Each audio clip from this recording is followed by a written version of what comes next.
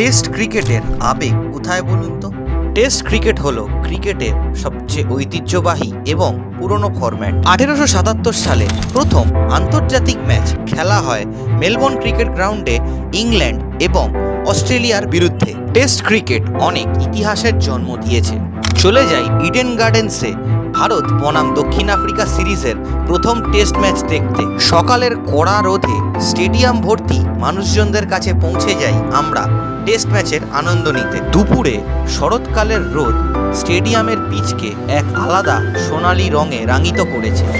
বলের সুইং বৈশাখের হাওয়ার মতো, আর সেই মধুর শব্দ যখন ব্যাট এবং বল হিট করছে, the sweet sound of wood. কলকাতার ক্রিকেটের প্রতি আবেগ ও ভালোবাসা বলে বোঝানো সম্ভব না, যা স্টেডিয়ামের গ্যালারি বলে দেয়। দিনের শেষে সিরিজের প্রথম টেস্ট ম্যাচে দক্ষিণ আফ্রিকা জয়লাভ করে।